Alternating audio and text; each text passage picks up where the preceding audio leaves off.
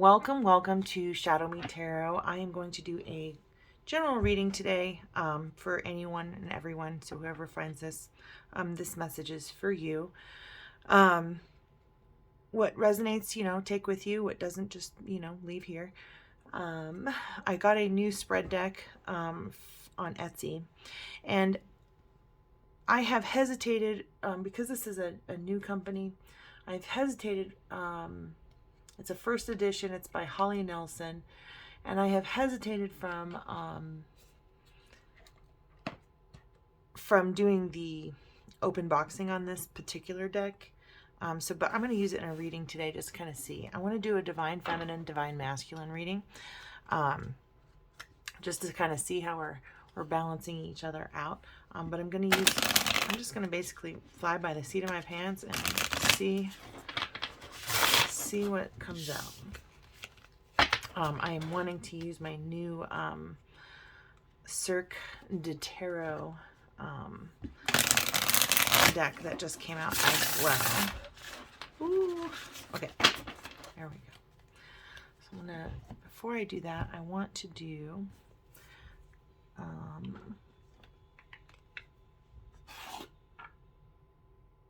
need to get the feminine version of this one. Oh, here we go.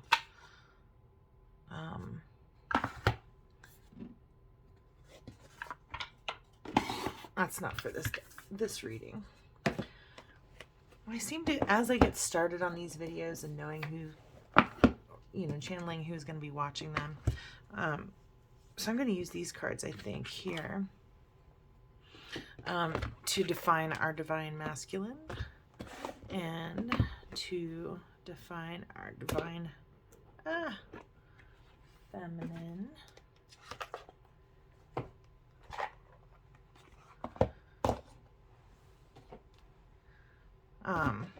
All right, so this is the feminine, this is the masculine, and then the wisdom of the Tao, which is kind of like for everybody, right?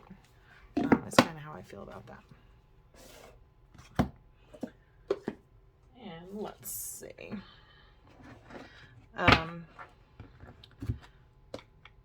And I'll probably use this at some point, but we're gonna wait a second. I've got so much stuff on this table. I'm excited to use all these cards. All right, so first thing I want to do is Divine Feminine. I feel like comes first in the tarot, so we're gonna go with that. All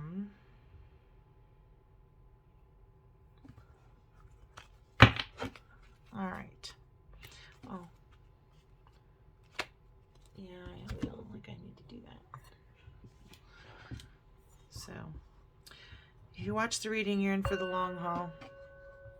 You can certainly fast forward through these parts.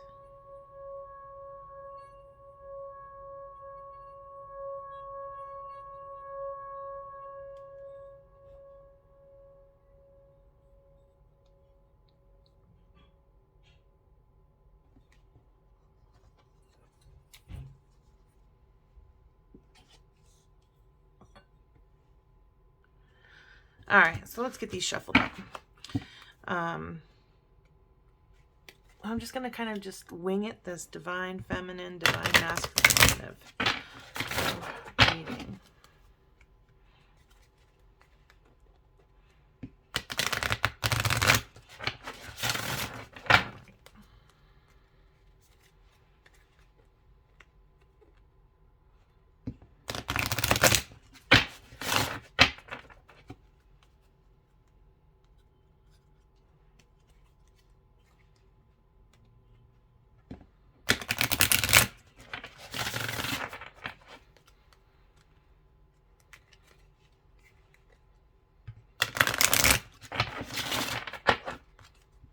I will try and cut some of these shuffling parts out. Maybe not. I don't know. Sometimes people really like the sound of the shuffling. Why don't you guys tell me in the comments? I'll leave the shuffling in this time, and then you tell me in the comments, because you can always fast forward or double time it, I guess. Interesting, I picked up this deck first. I did shuffle some of these decks. I just didn't know that I was doing these cards until I sat down to do the reading.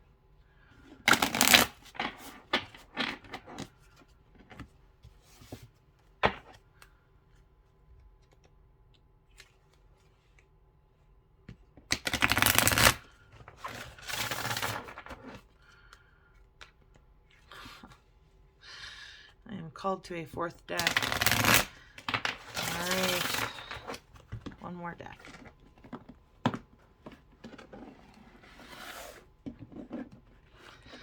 There's a lot of cards in this reading. Alrighty. This is the Intuitive Life-Changing Oracle with ginormous cards. So this might take a minute. Whoopsies.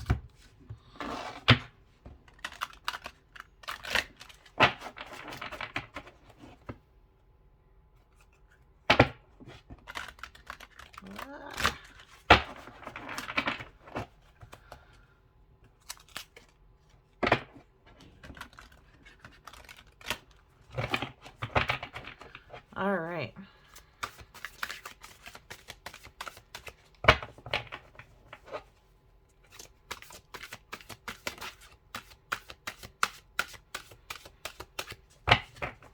Okay, I guess I'm doing the lesson between us first this week. The lesson between the Divine Feminine and the Divine Masculine. And we'll just say that this reading is worth a week because, you know, if it resonates with you now, it's good for the week. If it resonates with you for a year from now, just keep in mind for the rest of the week. All right. So the life coaching guidance between the sexes this week, between the Divine Feminine and the Divine Masculine, which we all have within us. Both are contained within each of our vessels. So this is number 74, which breaks down to the number, yes, I totally had to count on my fingers, 11, which brings us to the number 2. So 11 is a divine number. And I think of, what's after the Wheel of Fortune? It's not coming to me right away. I think it's the Hermit. So it's kind of like self-reflection. And then on the other end of it, the 2 is the High Priestess in the tarot. So that's like intuition. But it says you have successfully manifested something near and dear to your heart. And it says increase. So I suppose that's the only card I'm getting called to pull from that deck. But I do want to see. So this is going to be the overall message. We're going to start with the feminine. Thank you, beautiful spirit, for all of your guidance, love, and light. I'm truly grateful for all of your messages. What guidance can you give the divine feminine in terms of increase? In terms of increase, the overall collective between divine feminine and divine masculine. How can the divine feminine contribute to the increase? It just feels like abundance. So, all right. And this is Pomona for plenty. And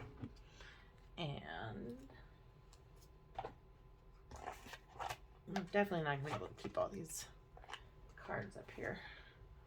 There's just too many. So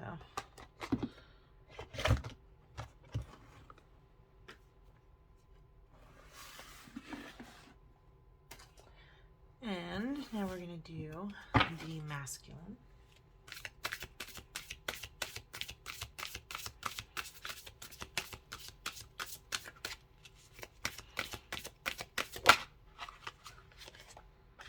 Garuda is the divine masculine, and between us is increase in terms of the divine lesson.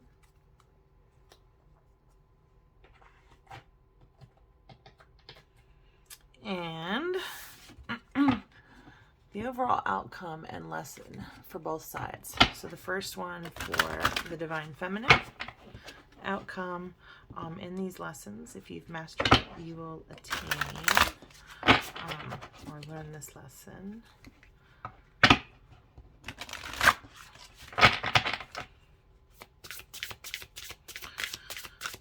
What is the outcome for the lesson of the divine feminine this week? What is the outcome or the lesson of the divine feminine this week. Okay, that's not the question. All right. So, in abundance and increase, when we embrace the divine, these characteristics of Pomona and plenty, maybe even having gratitude for the plenty and this increase in our divine feminine. In our divine masculine, we're looking to move forward and travel. And he's definitely ready to rush in. He very much reminds me of the Knight of Swords.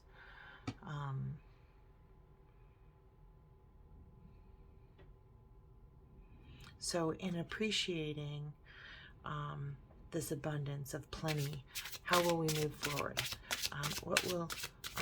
How will this plenty move forward? Move us forward in the divine feminine. How will this plenty move us forward in the divine feminine? How will this plenty move us forward?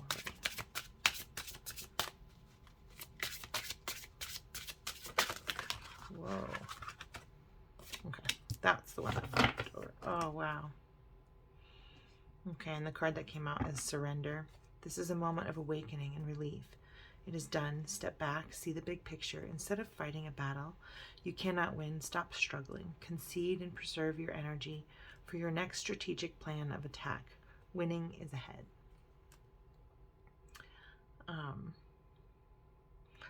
And this is so funny because it's right next to the divine masculine. So interesting. All right, so that's the divine feminine is to surrender this week. We do have allusion to the hermit,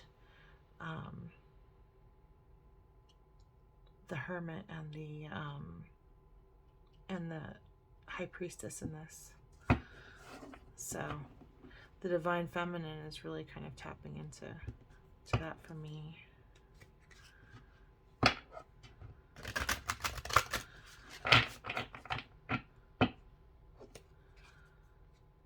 So this plenty is just kind of, I just feel like it's enjoy the moment, be grateful for what you have right now.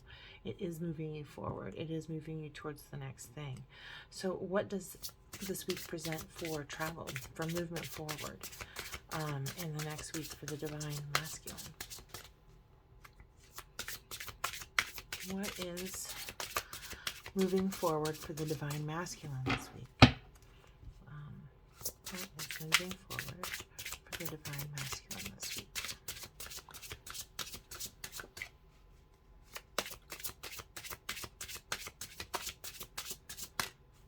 What is, moving forward? Oh, 2 cards. Change of direction and caution.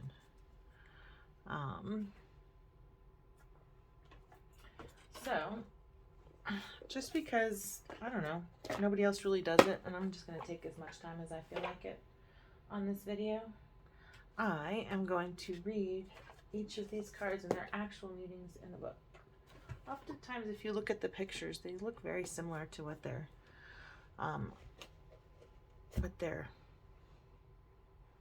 picture looks like. You know, you can really kind of infer, because she looks very much like in charge, right? And she's got tons of stuff in her basket. And she's also moving forward. But she has time to kind of look around, is kind of how I interpret her. The increase here, I mean, it obviously says it right here on the card, but I mean, I'm not getting very much from this image, to be honest. Uh-oh. Bear with me. Okay. So this is that one's increase. So let's read increase. What does it say for this intuitive life coaching oracle for this divine feminine, divine masculine reading? Number 74. Way in the back here. Increase. You have successfully manifested something near and dear to your heart. You are aligning with the flow of prosperity and abundance, and there is an advancement of some sort coming your way very soon. This card is reassurance that you have successfully manifested something very near and dear to your heart. Just as you think all hope may be lost, you are getting ready to be surprised in a very big way. An exciting outcome is on the horizon for you. One of your soul's lessons has been to maintain an essence, feeling, and knowing that things will increase, that they will multiply, and in this way you are holding space for more opportunities to come your way. Continue feeling this way because you are manifesting new avenues that will bring in more abundance and financial security. If you do not have tangible evidence that this is on its way, your angels and guides are using the increase card to let you know you will reap the rewards of your efforts very soon. Keep in mind that even if you have no physical proof that the increase is here now, it does not mean that it is not aligning in the spiritual plane. Keep up the good work. You are moving forward, and things are about to shift for you in the most unexpected ways. Remember, everything happens in divine time. Continue to keep the faith and know that everything you need for your highest good is now on its way. Intuitive life coaching questions. So these are great questions to kind of keep in mind throughout the reading. Do you believe that what you're asking for is on its way? If not, what are the limiting beliefs that are preventing you from doing so? What can you do to continue holding space for this increased abundance until it is here? Okay. So that is the life coaching oracle.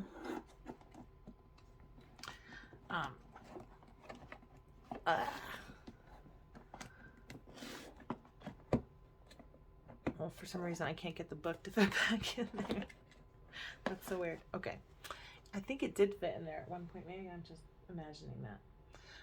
So the next one we pulled out was for the Divine Feminine. And we got Pomona. And Pomona is plenty. Trust that you have enough. Ask and you will receive. It is time to prune back the dead wood in order to grow. Nourish yourself and the earth. According to ancient Roman myth, the beautiful nymph Pomona cherished her garden above everything else. From the first rays of the pale dawn to the rich gold of the setting sun, the exquisite Pomona nurtured every plant within her domain. Her fair hand always seemed to be holding a silver pruning knife, which she used to gently tend to her plants. She cut back one tree to allow sunlight to filter through to another. She reduced one branch to energize the whole plant, to send it precious energy in a better, more fruitful direction. She prepared the soil diligently so that the seeds she planted would grow with ease, and the resulting fruits would be full of goodness.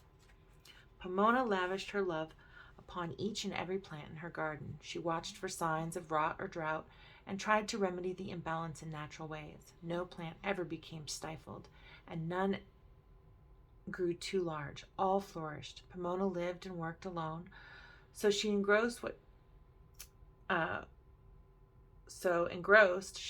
was she in her garden of delights that she did not feel the need for romantic company. Tall fences surrounded her gardens, lest the people of the village wander in, and no one of the masculine persuasion was welcome. This did not discourage some from trying to win her love, though. Gods, fauns, satyrs, all tried to gain Pomona's attention, but failed miserably. The goddess Venus may have been able to influence others, but she couldn't influence Pomona. A god called Vertumnus was one of the many who watched the nymph from outside her gate and fell deeply in love with her. No matter how he tried, winning her seemed impossible, and so he decided that he would disguise himself in various forms he thought would appeal to her, to learn more about her, and seriously woo her. Through this shape-shifting, he learned that Pomona feared being in a couple, mainly because she thought she would need to leave her garden. Happily, Vertimus revealed himself and promised his love, and when they worked together, they created an even more plentiful garden.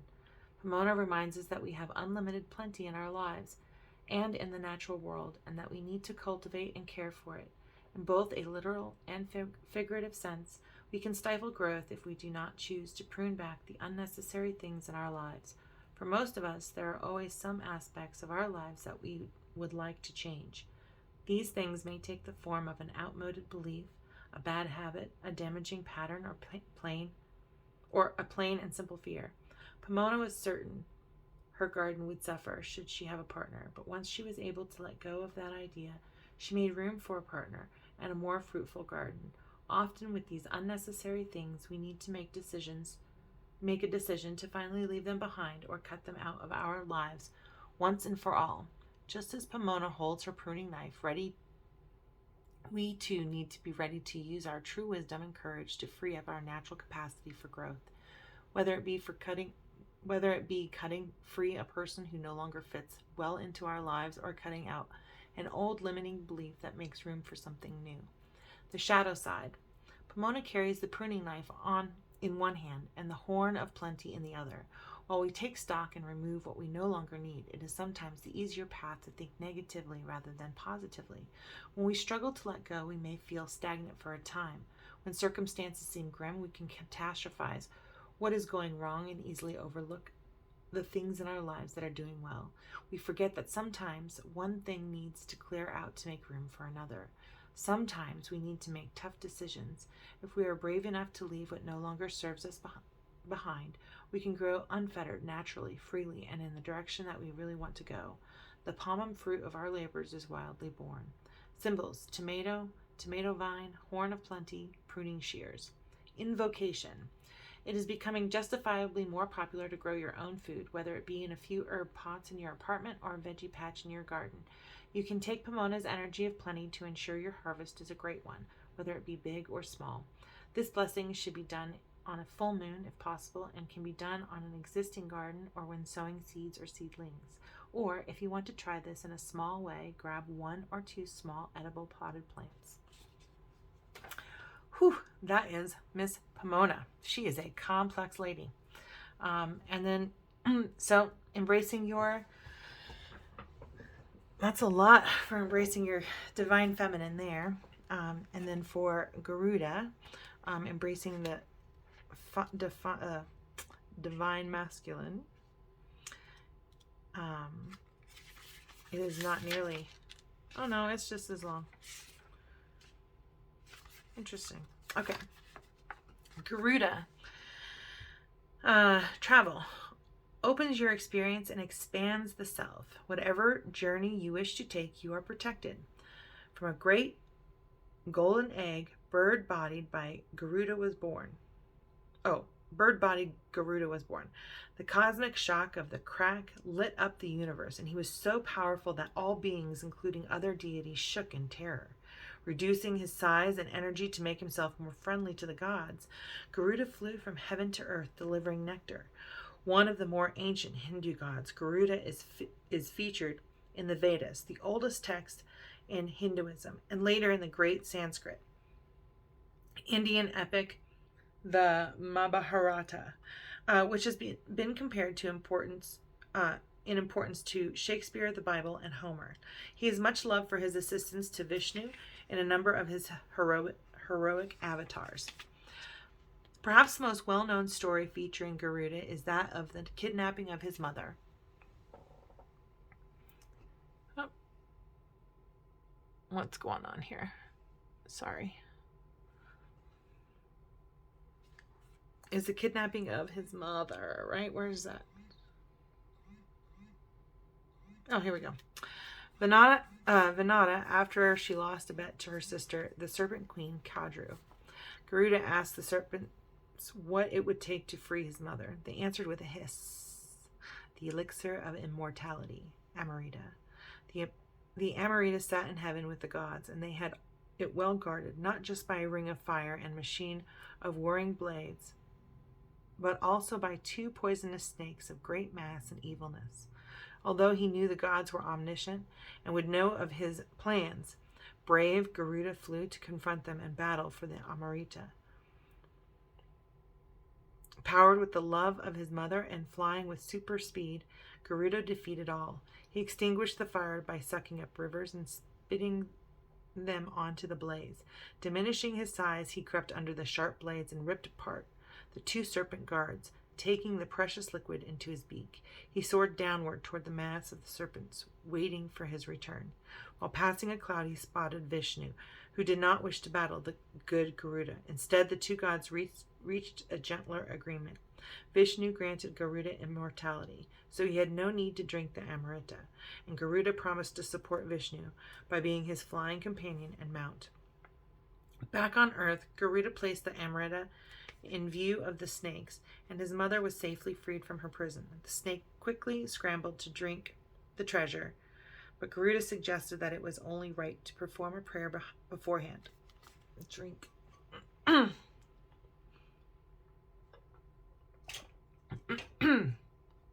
As they did, the god Indra swooped down to retrieve the potion and return it to heaven. From that day forward, Garuda was Vishnu's magical mount, whose speed and agility were key to many of the Vishnu's victories. The idea of a bird going through fire and not only surviving but flourishing, like the phoenix, is part of Garuda's energy. Garuda is still a potent symbol of flight today.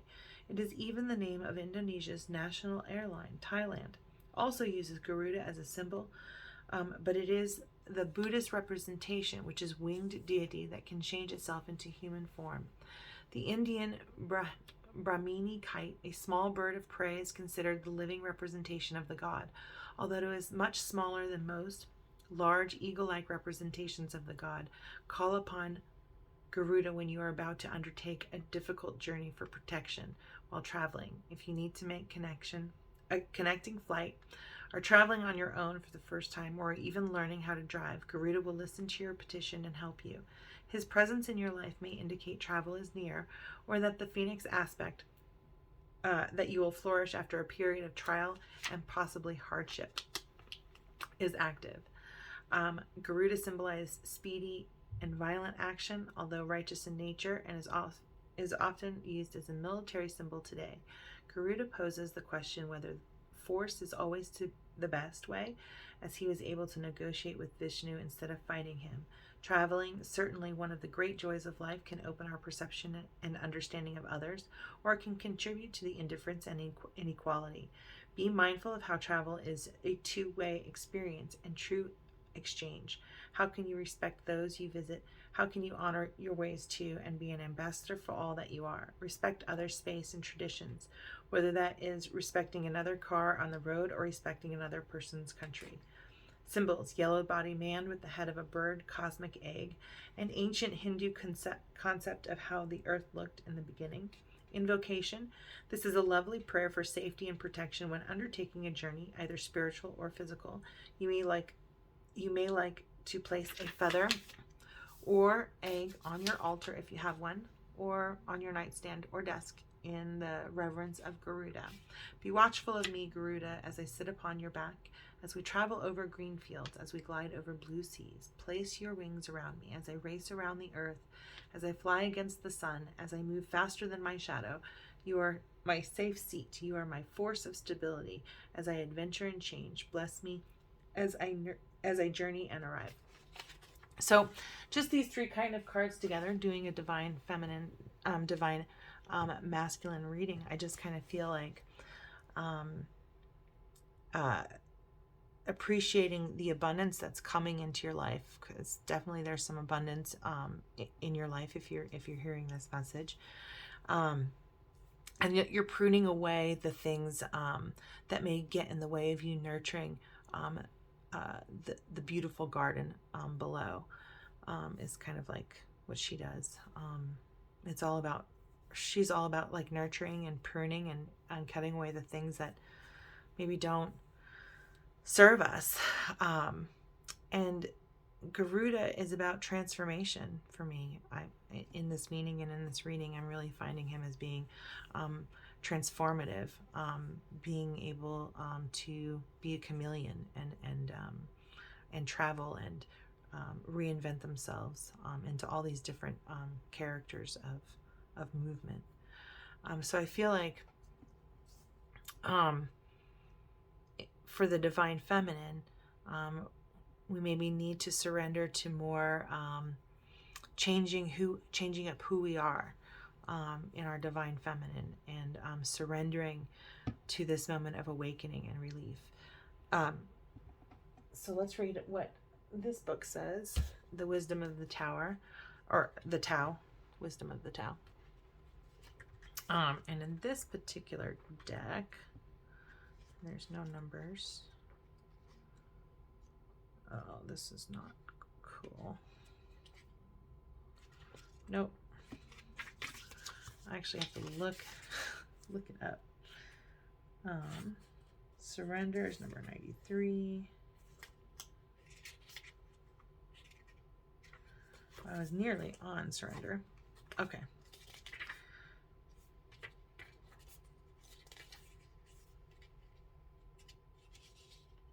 Okay.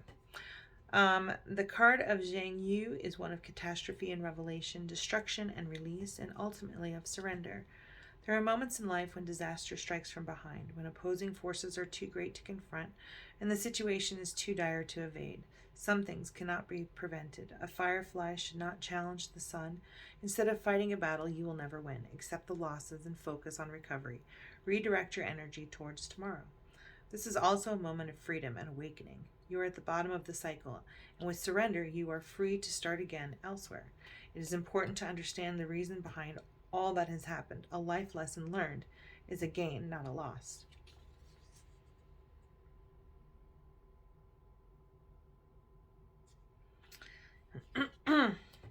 In Taoist thought, everything is but part of a cycle.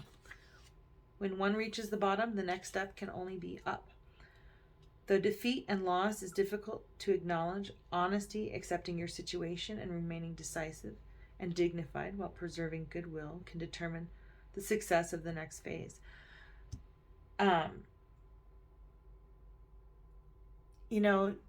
Pomona also had to kind of go through a kind of a rebirth and a changing up and a new way of thinking. She needed her thinking kind of challenged in order to let her her match, or in her book, kind of go into her garden and then grow an even more beautiful garden than she would have imagined before.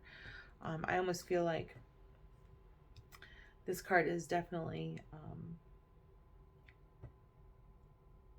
the lesson for surrendering to that. And then the whole like changing of the phoenix, like things change. It's okay to change. Surrender to the change. So the defeat and loss is difficult to acknowledge. Honestly accepting your situation and remaining decisive and dignified while preserving goodwill can determine the success of the next phase. Proceed beyond your losses and reinvent yourself. Withdraw and refrain from making new decisions at this time. Seek counsel from teachers and mentors and wait for times to change. This card also a clear signal of being done. Your job is finished. The situation over. Move on. There's no need for more hassle. In the background, Zhang Yu, born in 232 BCE, was a conqueror during a period of turmoil in China. He was dominant in warfare and was credited with overthrowing the first empire of China. He was also known for his courage and strength in battle, his iron will, and his sense of honor. He was viewed as a true hero by many in his time. Zhang Yu's downfall came in 202 BCE, at the age of 30, when he kept his part of peace agreement while his enemies reneged on theirs. He found himself surrounded by enemy soldiers. His own troops came from the kingdom of Chu, and they were very tired and weary after years of war. The enemy had captured many citizens of the Chu at the time, and they were forced to surround Zhang Yu's camp and sing the folk songs of Chu. The Chu soldiers were thought of home when the singing reached their ears, and most of them deserted.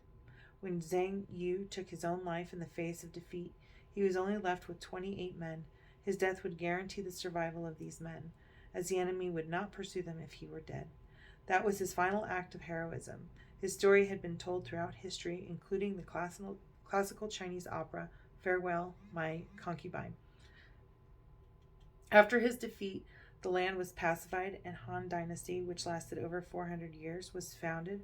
The idiom surrounded by Song of Chu is now used metaphorically to describe a helpless and critical situation surrounded by enemies on all sides. Okay, so the thing that just kind of just stuck out to me in reading this as well as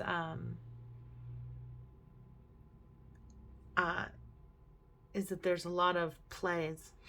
Kind of like, is there an actor who's watching this?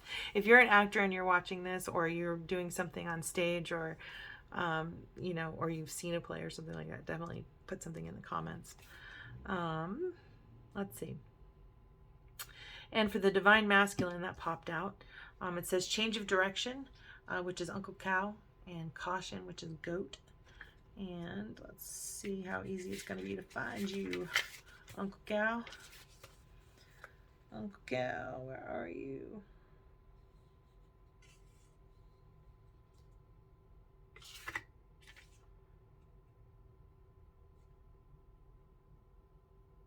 Oh,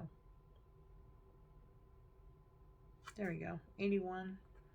And what's caution? 173.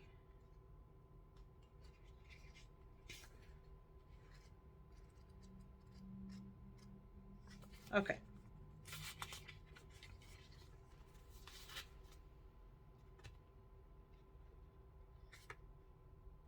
Of course, I would like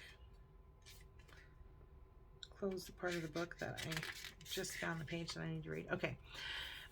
Change of direction. Royal Uncle Cow.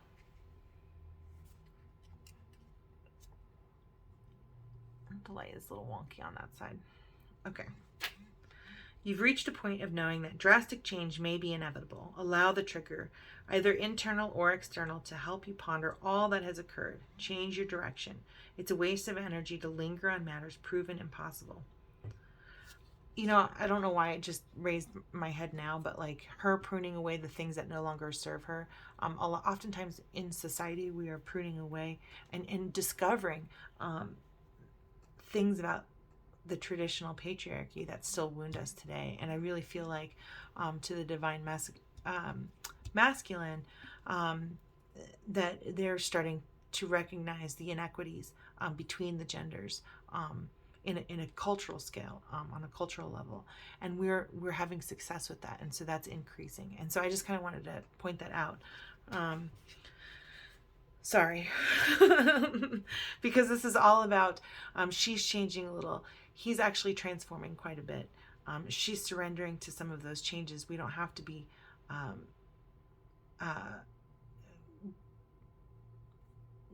we can let some things in. Not everything is a danger to our female identity, I guess, or the feminine identity. That it's okay to surrender. Anyways, and then for men, it's a change of direction. It's okay to have a change of direction. So change your direction. It's a waste of energy to linger on matters proven impossible. Those who tread a repetitive routine following a monotonous pattern of tediousness day in and day out will be confronted with hard questions. Am I on the right path? Am I living my purpose?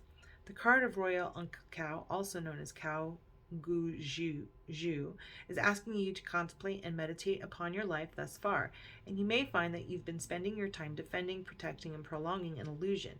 It's important to understand that the illusion has maintained your drive all this time, and that it was part of your growth. But now your higher calling is pulling you in a different direction. Do not run from change. Do not be afraid of change. If you can't decide what the change is, step back from it. Do nothing, and nothing will be left undone. You can observe the change as a third person. When you are no longer in the foreground, you can see things clearly, and with careful planning, you will take the right direction. Sometimes it's clear that certain things you want changed cannot be altered. It's perhaps a sign of something else that requires correction. It can be a place to live, a new environment in which to work, or a whole group of friends to share your new visions. Once you embrace this change, you need to fully commit to the course of action.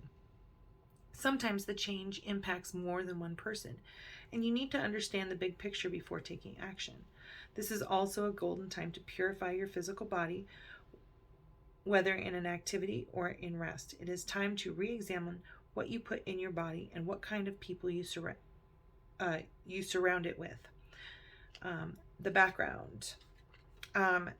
Cow Guju, known as the Royal Uncle Cow, is one of the eight immortals. He was a shy man of noble birth, possessing both wealth and power, which came with his nobility.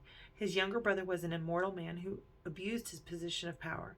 once murdering a scholar so that he could seize the man's wife, and then he eventually murdered her as well. After Cao Gao Zhu played a role in the trial and execution of his brother, he became disgusted with his own noble lineage and the corruption that came with its privileged status. There was an internal urge for him to change, to do something different, to take his life in a new direction. The royal uncle took the bold step of leaving his comfortable existence. For years he spent his days pondering the world, purifying his body, calming his mind, and studying the Tao. Then one day, Lu Dongbin and another immortal came to test his progress. They asked him, "What is the Tao?" Royal Uncle Cao pointed to the heavens, then asked, "Where is heaven?" He pointed to his heart and said, "Heart is heaven, and heaven is Tao." Okay, and so the next is, I just feel like surrender to the change, because this is all within us, right? The divine feminine, the divine masculine. We don't want to be too guarded. That prevents us from moving forward. We want to appreciate our abundance and the progresses that we made. We want to surrender so that we can change and be more than who we are. But we do have to be cautious. And let's see what caution has to say for us. Caution is the goat. You are an intuitive, sensitive, and sensual. So this kind of goes back to the number here, right? 7 plus 4 is 11, which is the hermit, self-reflection. We're self-reflecting our divine masculine and our divine feminine. It also, the number 11 reduces to the number 2, which is the high priestess, which refers to intuition. So connecting to your intuition, living in abundance, appreciating and being grateful for that, surrendering to changes that need to be made. And then also, this is very much the same card to me. Pause, carefully seek out, and think through your options. Multiple colors blind your eyes. Discordant sounds deafen your ears. This may not be the right time. Don't be afraid, but be cautious. Consider both sides of the story. So it is a cautious navigation between our divine feminine and divine masculine. And I would even say, if you're listening to this reading and the divine masculine resonates, this being the divine masculine, this being the divine feminine, whatever is resonating for you more, maybe the place where you are in this moment. You're sitting in your divine masculine, or you're sitting in your divine feminine. You are intuitive, sensitive, and sensual. Although you are shy by nature, you never lack for protective friends and admirers. Stay positive. You are overly cautious about letting people get truly close to you for a reason. Yet people generally feel relaxed in your company, and you do welcome a few special ones into your circle. This card could be a premonition that someone is not telling you the whole story. Try not to rely on the information given. Find the answers for yourself. Your instinct is right. Think through your options. You are artistic and industrious, contributing much to your community. But you do not like being left alone, especially when it comes to decision making. Sometimes you choose to follow rather than lead. Sometimes you can't make decisions because you care too much or because you are afraid. The card of the goat is expressing to you that the circumstances are unclear. It is okay not to make any final decisions now. Understand both sides of the matter before advancing.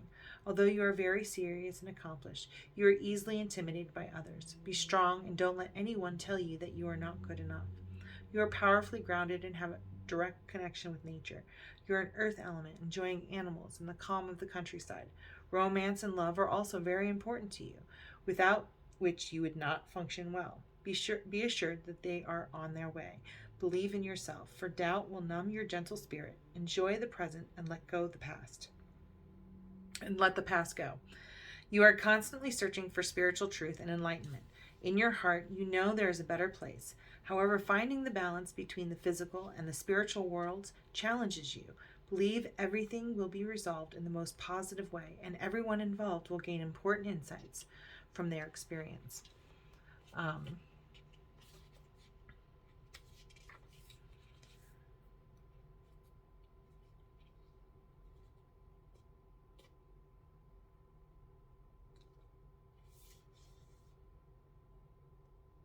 I almost feel, I mean, there's so many different ways to interpret this card, particularly with this reading. And so I don't want to change it too much, but one of the things that I'm kind of like recognizing for this, I just really feel like it's like letting down your guard and letting things in, and really feeling both sides of your divine masculine and divine feminine, and embracing the healthy qualities of those. We all kind of know like the unhealthy qualities. All right, so I'm going to move these around. I am going to move these around. So this is our divine feminine. This is our divine masculine. And we're going to do the same exact sort of reading of what's happening. If you're identifying more with the divine feminine, if you're dealing with more than one person, or if you've got questions about the divine feminine energy or divine masculine energy in your life, we're going to work on the divine feminine first. So this can be inside of you. It could be a person in your life. It could be you. I mean, it could be both. It could be both you and the person outside of your life. So just take this as it resonates. I am going to use the spread deck because I want the spread deck to give us the questions that we need. It makes it a lot easier, right? That's what's nice about these spreads, is oftentimes the spread just gives you the question that you're supposed to be asking. So I'm going to do kind of past and present sort of lesson kind of thing here.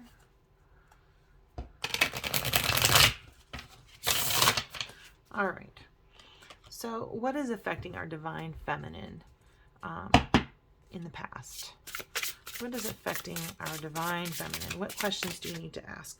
The overall outcome of our past. And then what is the lesson? What is the lesson of the divine feminine? What do we need to be asking about the lesson of the divine feminine? What do we need to be asking in terms of the lesson of the divine feminine? Oh wow, we've got 3 here. So we've got conflict, plan, and lie.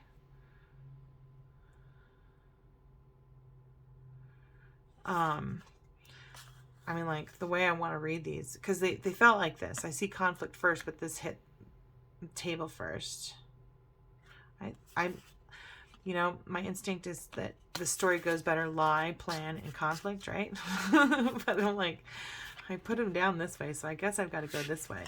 I think this is in the lesson section, and then we'll do the outcome. See what outcome does. All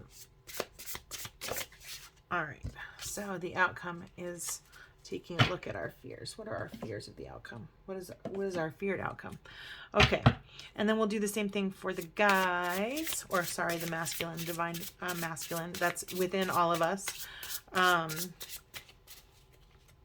right, so in the past position for this travel card, like, what question do we need to be asking in the past for the divine masculine? What's kind of coming to the forefront? Oh, interesting. And what is the lesson that we're supposed to be learning in the divine masculine this week? What is the lesson that we're learning in the divine masculine this week? Damn, 3 cards again. Oh, okay. I'm doing it the same way I did the female. So sacrifice, foundation, solutions. And then what is our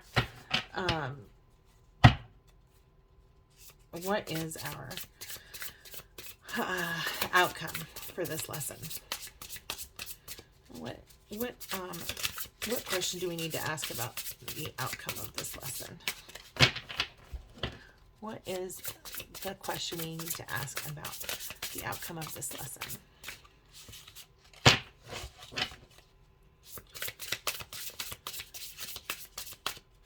What question do we need to be asking about the outcome for the divine masculine? We're looking for just the outcome of the divine masculine. Oh, damn. Okay. Sorry, I wasn't so clear. I wasn't clear enough. Okay. What I know, legal issues and outcome, and family. Okay. I have already shuffled these. I'm going to shuffle them a little bit here. All right. So we're going to use this fun Cirque du Tarot cards to... So what is the overall outcome of the past of what the Divine Feminine is kind of coming through? What is the overall outcome of this recent past for the Divine Feminine? Thank you, beautiful spirit, for all of your guidance, love, and light. I'm truly grateful for all of your messages. I am getting a shuffle. Shuffle me, shuffle me, shuffle me. I'm running out of room on the table. Okay. This is a brand new tech too, so actually the first time I'm using it in a reading. That's why we're here today. Ooh, all right. So we've got the Queen of Wands in reverse. And we're going to look her up because this is a new deck for me. So I'm going to look up what the actual meaning is for some of the cards, not all of them. But some of them. But the people, this is a people deck. For sure I'm going to look up the people here. Okay, so in the lesson position, oh, I need to read it already. Spirit's saying just read it. Read it because it's in the reverse. So the Queen of Wands, passionate business leader. But as the challenger, this queen needs to have a connection to the world outside, as it is the very fuel of their existence. Maybe if you're in the Divine Feminine right now, you may be isolating and just kind of working on self-care. But you need connection to the outside world. For a Queen of Wands, it's the fuel of their existence. When the Queen of Wands is tapped in, tuned in, and turned on, they are unstoppable. However, with this queen, when this queen is not connected and is struggling to find the energy in the outside world, things can come crashing down in spectacular fashion.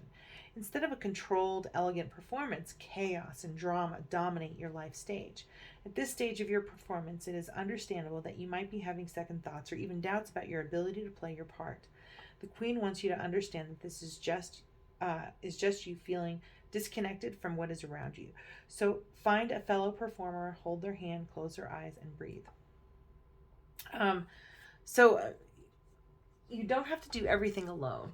And I'm kind of getting that overwhelming sense throughout the reading that there's some self-isolation, and maybe you needed to do that in order to heal. But you're going to need, I want to know more about this.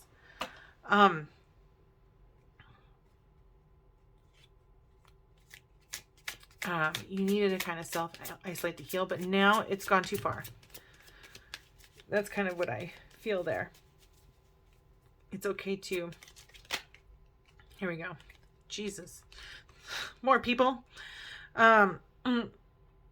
So I think you had to do that. It says here with the Devil card in the reverse, it says release, independence, and what does that say? Reclaiming power. So there is a hermit energy. There is an intuitive energy. This time of healing that you needed to go into. And I think in this, the outcome of this self-reflection place that you have been in is reclaiming your power, so that you can see yourself as a mature and successful, practical person, and you can own that part of your divine energy. The Queen of Coins is very similar to the Empress. She is, I don't want to say that she's reserved. She's not reserved because she lives in abundance. But it's like she quietly celebrates in gratitude. But she's very practical. She's definitely a very practical person. Queen of Queens very much has an Empress energy. And I usually kind of see them as more kind of subdued and very comfortable in that, in their abundance. So we do have living in a lot of abundance, and in this self-reflection time of isolating, it is, you work reclaiming your power. And the outcome of that is to just love yourself, to know that you're mature, successful, practical, and can own your life and take responsibility for your life, and be happy. So the lesson behind this work, let's see what the lesson is behind this divine feminine work that you've been doing. Oh, here we go. We've got the Five of Cups in reverse. The Five of Cups is looking at the things, appreciating, not looking at the past. You stopped looking at the past. That's a good thing. In the lesson, you don't look at the past. You don't have to carry it with you anymore. You can appreciate what is still right in front of you, what is right in front of you. And the very next card is the plan. So now that you can appreciate what you have right in front of you, what is the plan? What do you do now? And it says the Two of Pentacles in reverse.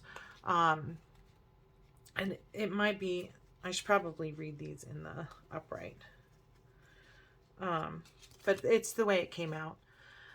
So it's going to be, the Two of Pentacles is kind of juggling.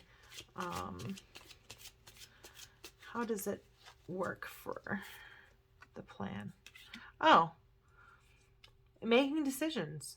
We're using gears in this, so there's movement in these gears. There's a spotlight on these gears. I'm going to read the one on this one because I'm confused about this position.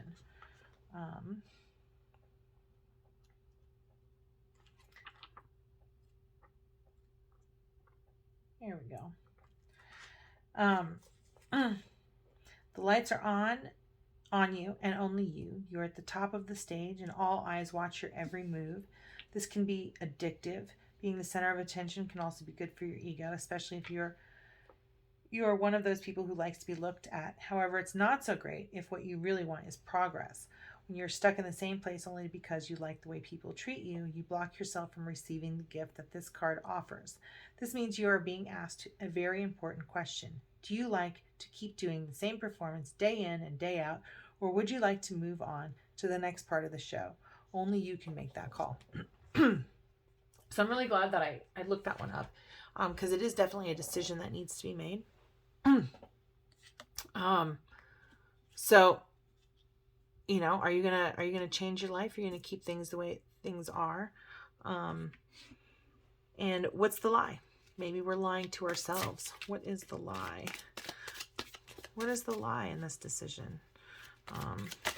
What is the lie? Whoopsies. I really wasn't. Okay. So this one, we've got the Sun and the Star. So that is the lie, that you're happy and you have hope. Is that what's happening there? This, the lie is that we're happy and we have hope.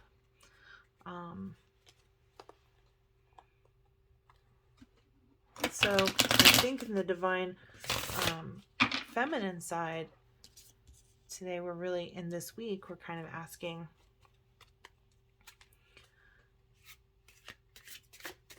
are we truly happy? What are we afraid of when bringing people into our lives? What is our real fear about not letting people in? We've done all of this isolating. We have learned and are learning to appreciate what's in front of us, not what's lost, to look towards the future, not the past. The decision that we have to make is, are we going to continue to live in the past? Or are we going to look for something new? And I think in the looking for something new, are you looking for true happiness and true hope? Or are you lying to yourself that there's happiness and hope? All right. And so for the fears that just popped out, it says the Queen of Pentacles again. Maybe you're afraid to live in abundance. Maybe you're afraid of the accolades, um, or the responsibility.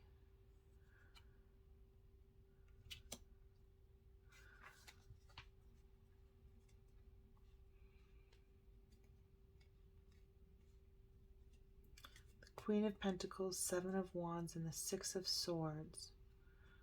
Six of Swords is always safe passage. And this is kind of in the outcome position.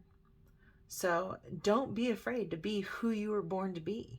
You were born to lead. You were born to be the director of whatever is happening in your life right now. And you are safe passage. You're where you're supposed to be. Don't lie to yourself that there's happiness and hope where there isn't. Cut things and prune things from your life that no longer serve you. Be who you are. Who you are meant to be. It is your guides are supporting you. The universe is with you. All right. Oh, I love these new cards. I definitely love these new cards. What a beautiful story for the Divine Feminine. You know? And then it goes right into, the Divine Masculine of, the rising phoenix. So not only, whoever's watching this, when you're embracing your Divine Feminine, and you can kind of stop looking at the past and only leave in your life what gives you joy and hope, and make the actual choice to keep in your life what brings you joy, what brings you hope, and just be who you are and just play. Just play. Be your best self exactly as you are. You're enough and you're protected by your guides. So as we move into this masculine energy where we're rising, we're rising from the ashes. What is our hidden potential? What is the hidden potential? In our Divine Masculine, what is in our recent past, what is our hidden potential?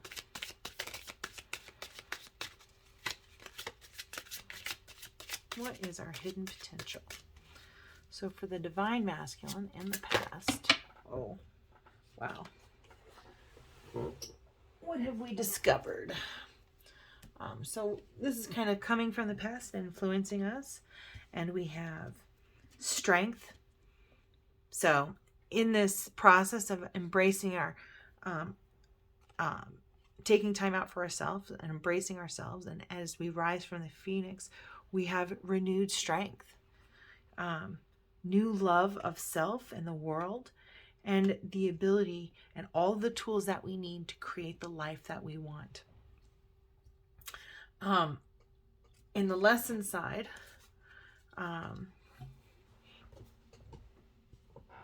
what is the sacrifice?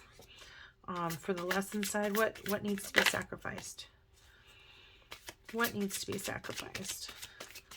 On the lesson side of the Divine Masculine, what is the lesson that we must sacrifice? Because under here we've got change of direction.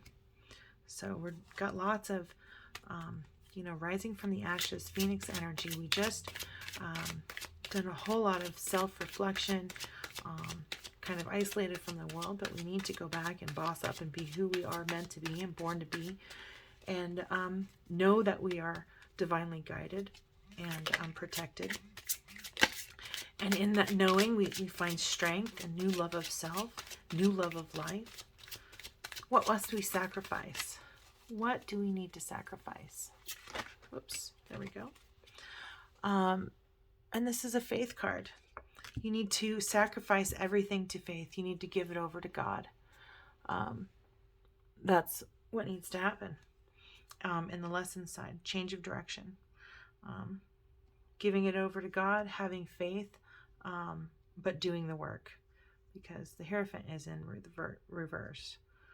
So go against have absolute faith, but you don't have to just follow what is socially accepted. You know what I'm saying? Like, no entrepreneur followed the rules to get where he is. No, you know, so many people didn't go to school after high school and still ended up having their own business and quite successful lives.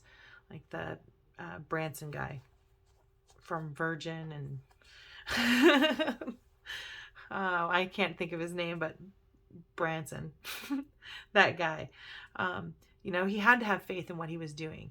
And maybe he sacrificed education, or he refused to sacrifice, you know, going to college, because for some reason I felt like, well, there's another person, another entrepreneur story, but if it's not his, but of them pursuing going after, you know, a cleaning business as their first business instead of attending college because they were getting more from it. So, you know, bucking the system and not going, you know, the molded path, or going kind of off the beaten path, and having faith that it's going to work out. You really are divinely guided. You have safe passage. Boss up, be who you are. You've earned from the self-reflection, you know, that you are strong. You do have self-love, and you can do anything. So have faith in yourself. And the lesson, what is the foundation that needs to be laid? What is the foundation that must be laid? In this lesson part of finding our masculine strength, our love of self, using our tools, having faith. What is our foundation? What is the foundation for caution and change of direction? What is the foundation of this change of direction? What do we need to be wary of? What do we need to wary of? Okay. Justice. So legal matters. If there's something that you are,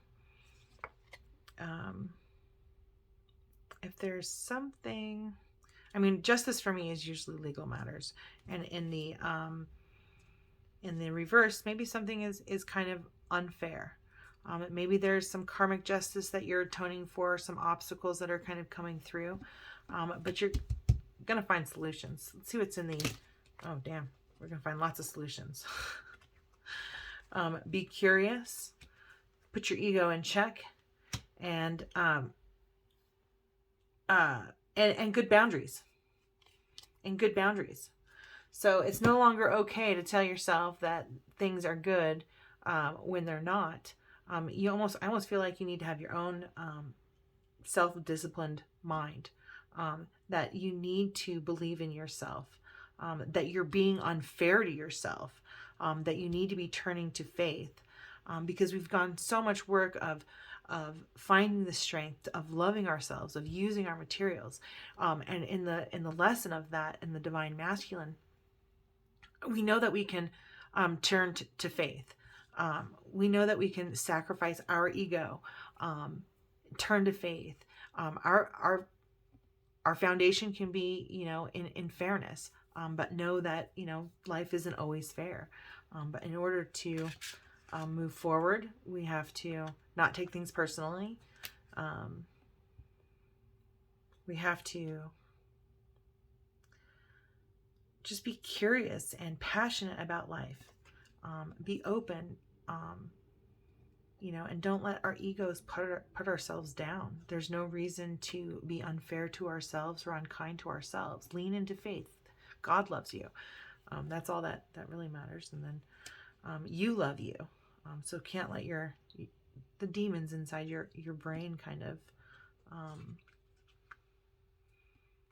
rule you.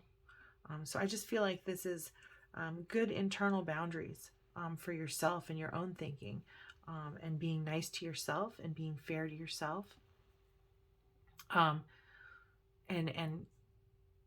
you know, sacrifice your thoughts for what feels right. I kind of feel like there. How else?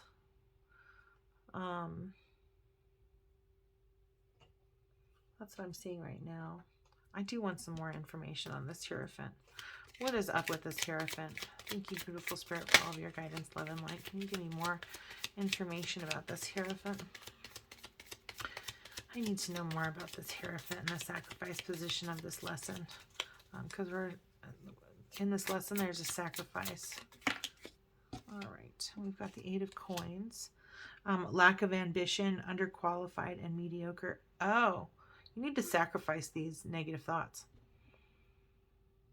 You know, you need to sacrifice these thoughts, you know, that you're not connected to source, because in not being connected to source, it does sap away your energy. It steals your ambition, and it makes you kind of say mean things to yourselves. Okay, and so in the Justice position then, in the Justice position, or for the Foundation, what does this Justice card mean? Can I get some clarity on this Justice card? Well, thank you very much. So first I get the Empress in the reverse, which is neediness, creative blocks, and coldness. And then the Lovers, it is trust issues, detachment, and conflict. I'm really feeling like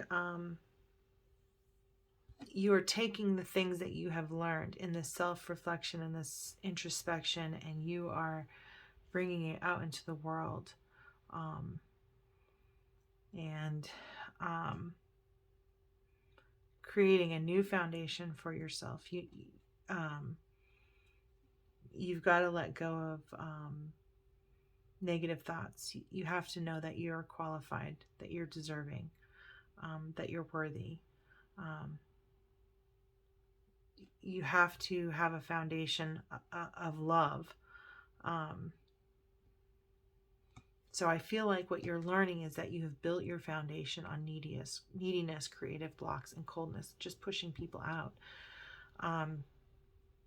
pushing people away, causing conflict.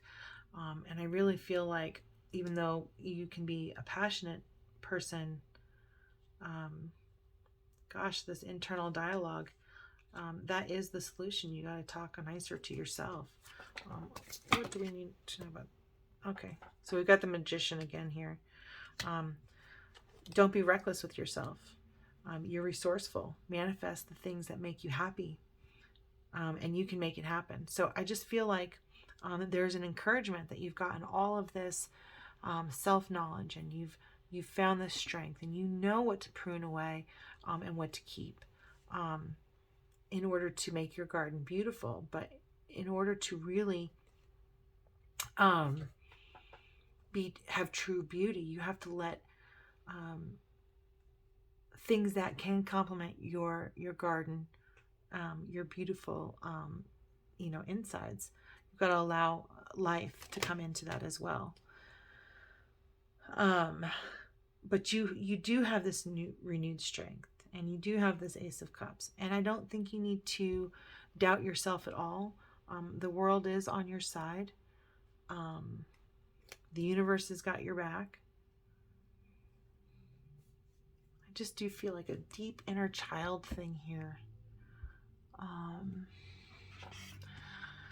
gonna I feel this one right here. This is the deck that just feels like it needs to come out.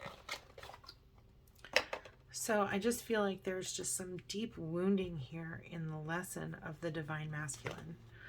So maybe you're overcoming some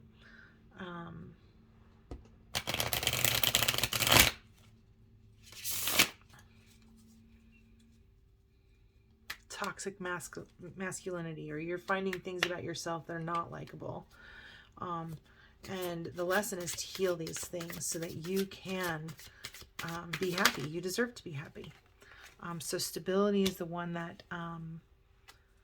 comes out in terms of what the inner, I think where these kind of feelings kind of come from is stability. Why don't people stay loving to each other? And that would be something that your inner child would question. And here it's kind of in between the Lovers. And it feels like there's a female, and I almost feel like you don't even trust your feminine side. So why don't people stay loving to each other? And even inside, why don't we stay loving inside to ourselves? Why aren't we able to embrace our divine masculine and our divine feminine equally? I mean, other than the gender part of it and the hormonal part, but still, we have all those attributes. We have all the same hormones. All right.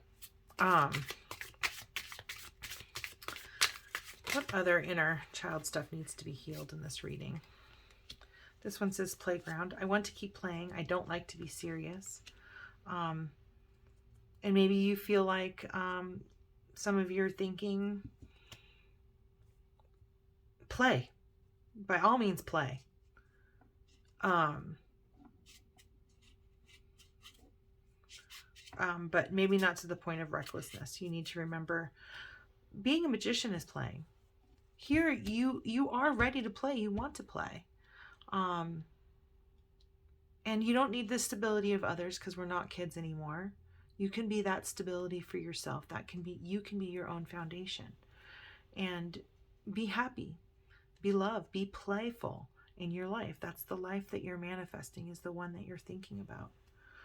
All right. And what is the last card here for this inner child? I just feel like the lesson in this reading for this week is kind of addressing, I feel the biggest obstacles were, I feel a blockage in the divine masculine is what I'm feeling. And I'm really feeling like the divine masculine has got some childhood wounding, because we've even got the 9 of Wands here.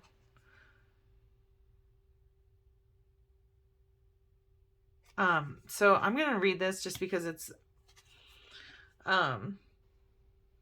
it probably shouldn't even be in the reading, but it says this special deck is a deck with messages channeled from the inner child. It brings to your attention things your inner child wishes to say, which were always suppressed. This deck was triggered after I performed inner child healing to someone for the first time.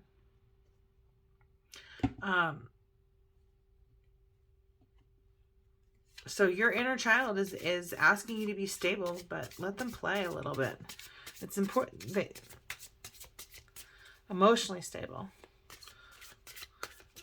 Your divine masculine side can love your feminine side, and your feminine side can love your divine masculine side. I'm really just feeling a very much acceptance of yourself. This needs to go away. All right. Is there any other anything else that we need to keep in mind? I thought I felt one flip over. Yeah, I did. And red. So I am angry, is what red is. So be cautious of your anger. You know, your foundation, you want to be in play instead of creative blocks, neediness, coldness. You don't want to have trust issues. You want to play in life. Life is unfair. So in your foundation, bring back the need for playfulness in your life. Change of direction is letting go of instability, letting go of the things that don't serve you, to create that stability. Because even though people can't stay loving to each other, we can always stay loving to ourselves. And I really feel like, you know, if we're cautious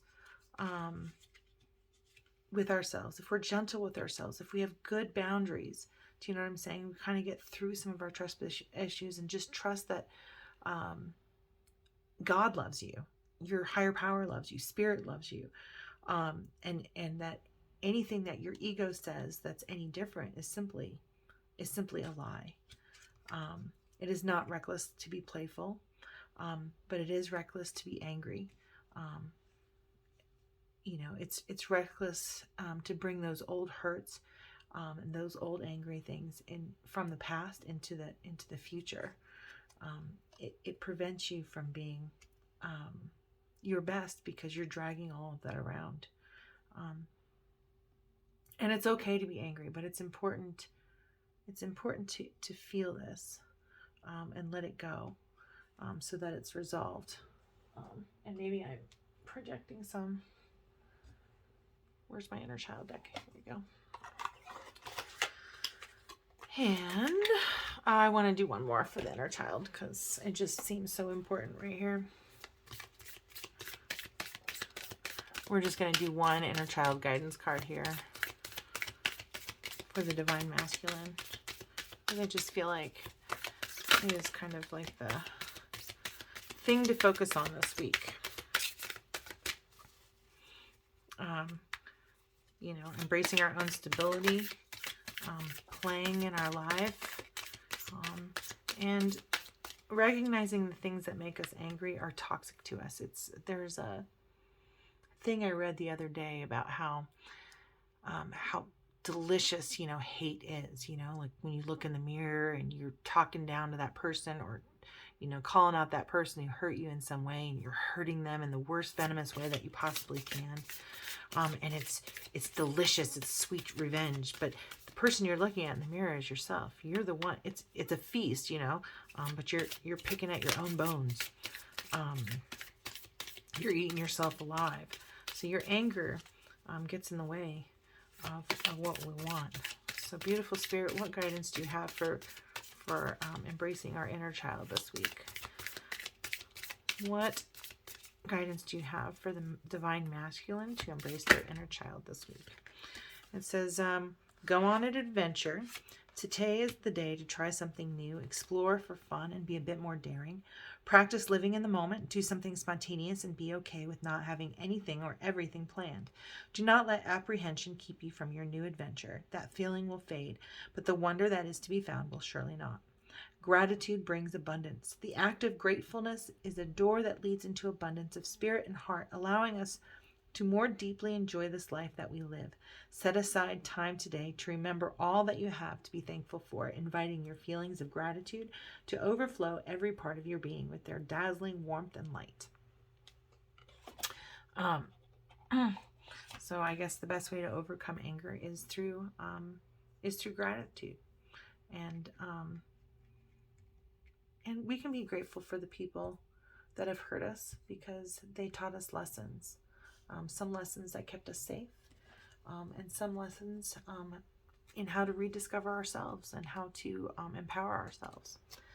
And in the outcome, as we overcome our inner child stuff, what will we know? What will the collective know for this reading?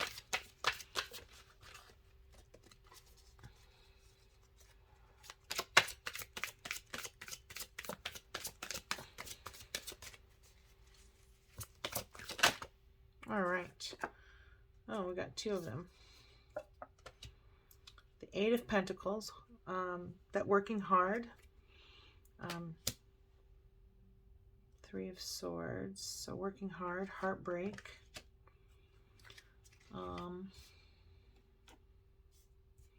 What is the legal issue or outcome? This may be children in here too. Whatever hard thing that this person has gone through, if it's not their own inner child, it may be their children that are kind of going through this. These kinds of things is really kind of one of the things that I'm feeling here. For somebody, I'm really feeling like a divorce, that no matter how hard you worked, it was just heartbreak, that you do need to let go of the things that no longer serve you. And if in fact this is a divorce, I mean, this could be a partnership too. You know, why we bring certain people into our lives can definitely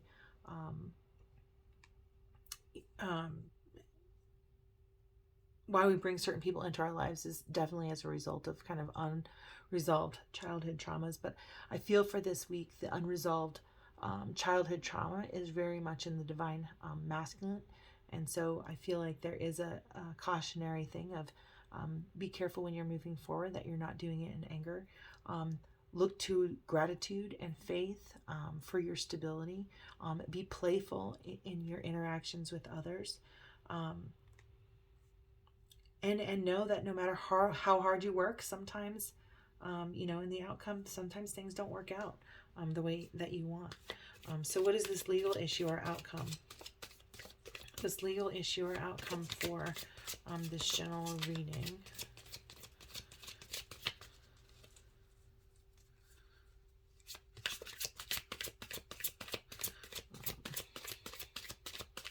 So legal issue can mean anything. It can be divorce, it can be taxes, it can be With the person, it looks like Knight of Pentacles. So this would be kind of like a management kind of person. An ambitious, very ambitious person.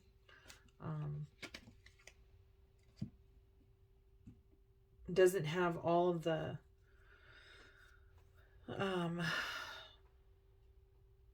feel like there's something with a young person here. We'll get clarity on that here in a second. And what do we want to know about the family here?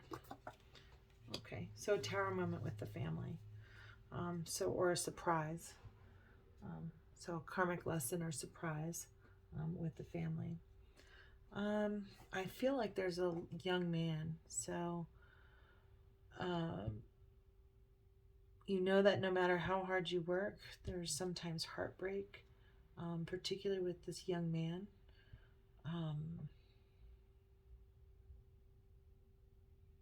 And maybe this young man is heartbroken.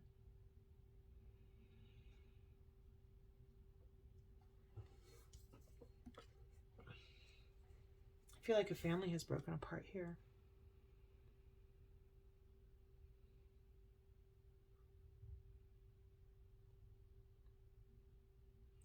Sometimes it's okay if you are getting healthy yourself and you get to this point, but in the lesson, in the thick of life, when we get back to it, I mean, I almost feel like I understand why you don't want to re-engage in life. This is really hard stuff and hard work. But lean into your higher power, lean into gratitude. The more you are grateful for things in your life, the more things that to be grateful for will come into your life. And it isn't about how hard you work. It's about how you vibrate. It's how you appreciate and be in the moment. Heartbreak is judging. It is judging something, yourself or others, as good or bad. I want to know more about this guy here. And we're going to actually read the book because this is a people deck.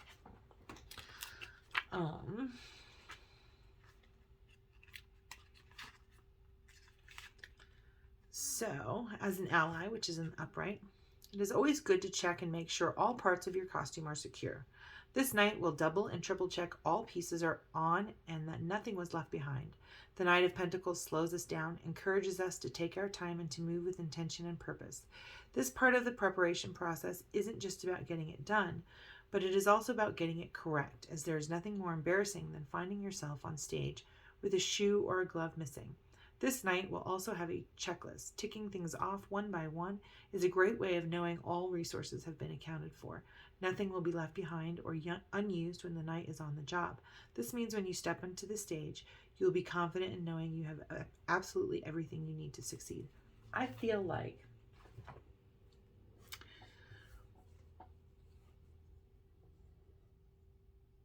even if you've worked hard, and even though there was heartbreak, you have turned over every stone,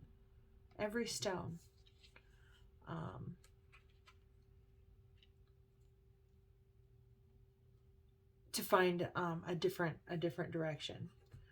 I want to know about this. I want to know more about this Knight of Pentacles. Thank you, beautiful spirit, for all of your guidance, love, and light. This outcome situation is directly tied to your inner child stuff, both the situation that you're in and the outcome of your situation. I think you need to give yourself a break, and you need to be grateful for that break and grateful for yourself, and continue to work hard. And I see that you have turned over, you will be turning over every stone to resolve a solution. And the Tower, or to find a solution, or I just feel like you're doing everything. No matter you've done everything that you can. Sometimes it's just up to Spirit, but Spirit says, we have your back. There's safe passage. It's okay to be who you are. What is this legal issue or outcome for this Knight of Pentacles? Thank you, beautiful Spirit, for all of your guidance, love, and light. Yeah. Faith, renewal, healing, and hope. So I think when we went from the lies that we tell ourselves in the divine feminine, in the outcome card, in the divine masculine, it is saying that there's hope for this Knight of Pentacles who's turned everything. And what is this Tower moment? I want some more information. I would like some more clarity on this Tower moment. What is this surprise coming? So he's worked, or he or she, yeah, it's divine masculine. So we'll do the he has worked hard, had this heartbreak, has turned over every stone. Okay. So the surprise is that is financial collapse, money disputes, and family fallout. And that's on the family card. So I don't think that anything has changed, but there's hope for you because you can change. So whatever this family situation, if it's not a divorce, it might be an inheritance situation. My heart hurts for you. I feel like there's just an out of balance. The divine masculine, just nurture your divine masculine, your inner boy.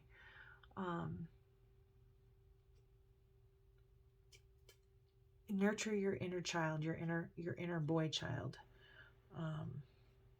And know that you've done everything that you can. You've done everything to the best that you can with the tools that are at your disposal, because we have so many magician cards in here. You've done all that you can, so there's no reason to beat yourself up. I almost feel like the financial the surprise is no surprise. You know, I was thinking I wasn't going to use this deck, but because I'm feeling like this deep family stuff, I want to read this card here. I feel like this is some ancestral wounding, that it's not just you. It's just how things have been in your family for generations. So I feel like this is ancestral wounding that you are responsible for healing in this lifetime, for yourself, for your kids, perhaps for your siblings, or your other family. But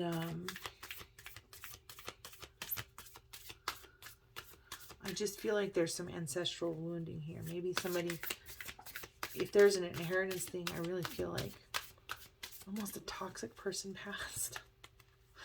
And in their departure has left things even worse, in divisions, worse divisions in the family than when they were alive. But there's hope for you. And if you're counting on, something with money, let it go. Just appreciate what you have. Have faith in yourself. You've done the best that you can with what you got. And money or no money ain't going to kill you. No air, no food, maybe no shelter, depending on where you are and what you're doing. But asking it is given.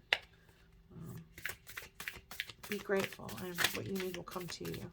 What do we need to know about the ancestral wounding of this situation?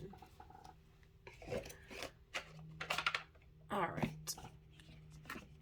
I don't know if you noticed, but when I'm not clear about my cards, I like shuffle, shuffle, shuffle. And it's because I'm not channeling a good question. And the minute I have a question, like everything falls out. So I feel like the overall guidance for the masculine reading that you're going to take with you, regardless of what the outcome of this really tough situation is that you're doing the work and you're sitting in gratitude. You must practice that lesson of gratitude. You're shedding your old skin.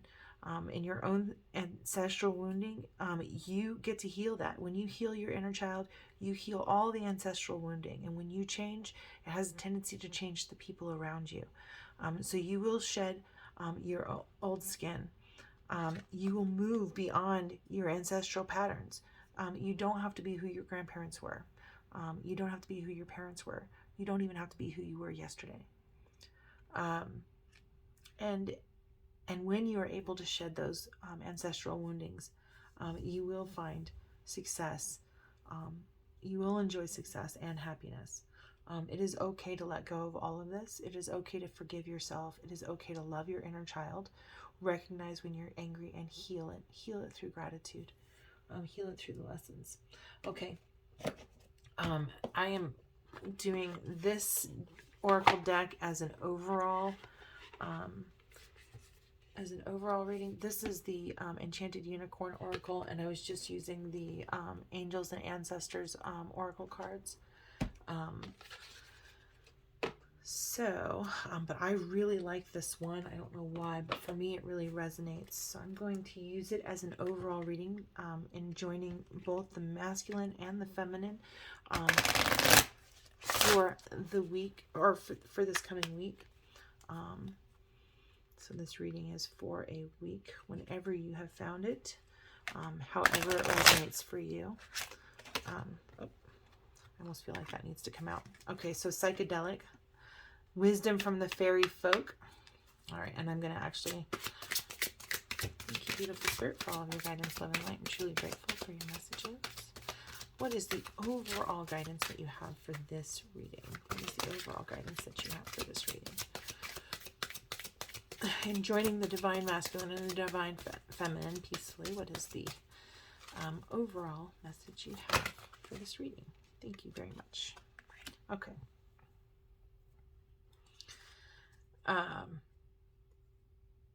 I am feeling like I want to, but Spirit is not.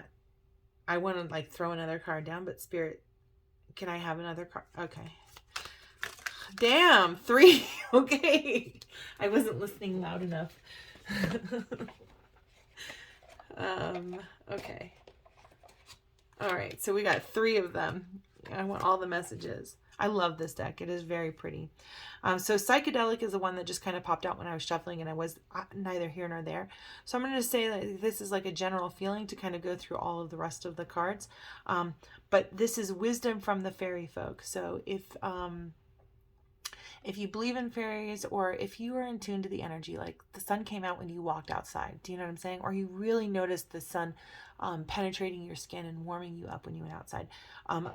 Those are the wisdom from the fairy folk that I think that you want to kind of infuse into this reading. Abundance and things to be grateful for are all around you. This one says the water wheel. So first psychedelic is 25, which can be 7. 7, I don't know, it can be movement, success, it can be confession, it can be conflict, it can be deception. So 7s could be lots of different kind of things, but it's definitely it's movement, but it's a slower movement for me. But it's wisdom. This card, psychedelic, wisdom from the fairy folk. 31, 4, kind of a foundation number. But it says water wheel, and it says end the struggle. I immediately, when I think of a water wheel, think of the Wheel of Fortune. What goes up must come down, or things in cycles. I really feel, because this also ended up on the Elder. I just laid it down and didn't really think about where it was going. But I feel like you are going to trust your guides. You're going to end this cycle. You are going to heal the ancestral wounding. And if for no one else, you're doing it for you. The next 3 cards were the Rainforest, the Union, and the Pipe Dream. And I almost feel like as you get through these things in past this week, beautiful things are coming for you. So when this struggle ends, whatever is happening here, when we're able to heal this angry inner child who needs stability, who needs to be able to go out and play,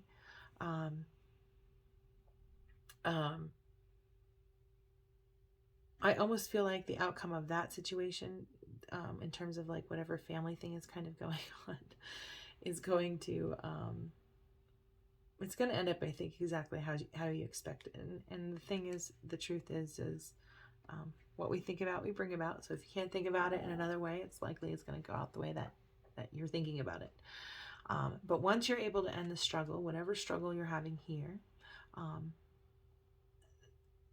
you will have good luck. You will have soul connections and friendships. Maybe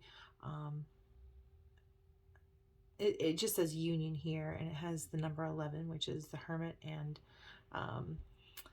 the High Priestess, which is the number 2, using your intuition. So I just feel like you'll be ready to embrace life. You'll be in touch with yourself and your intuition, and you'll be able to make your dreams a reality. So whatever you're going through here, it doesn't matter. You're gonna get what you've always wanted and what you've always hoped for, because this is a huge awakening, what you're healing from right now.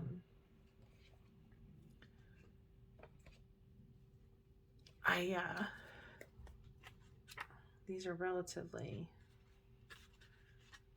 short definitions-ish.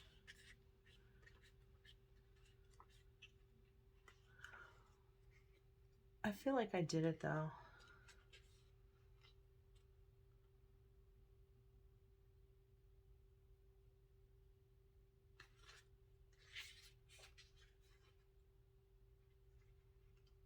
I'm just kind of checking the book to make sure I got the meanings correctly, and I do feel like I did. I'm just getting tired. This is almost a 2-hour video. So I am ending on the struggle.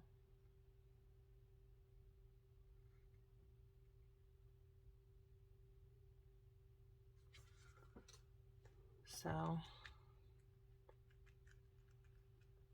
I think when you relax, when you're able to put your guard down, when you heal these ancestral wounds, your true life, the life you're meant to lead, is going to come into focus.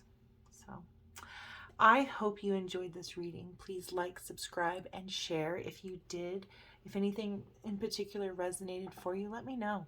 It helps me get better at giving these readings as well. So thank you so much for watching. Have a blessed and beautiful day.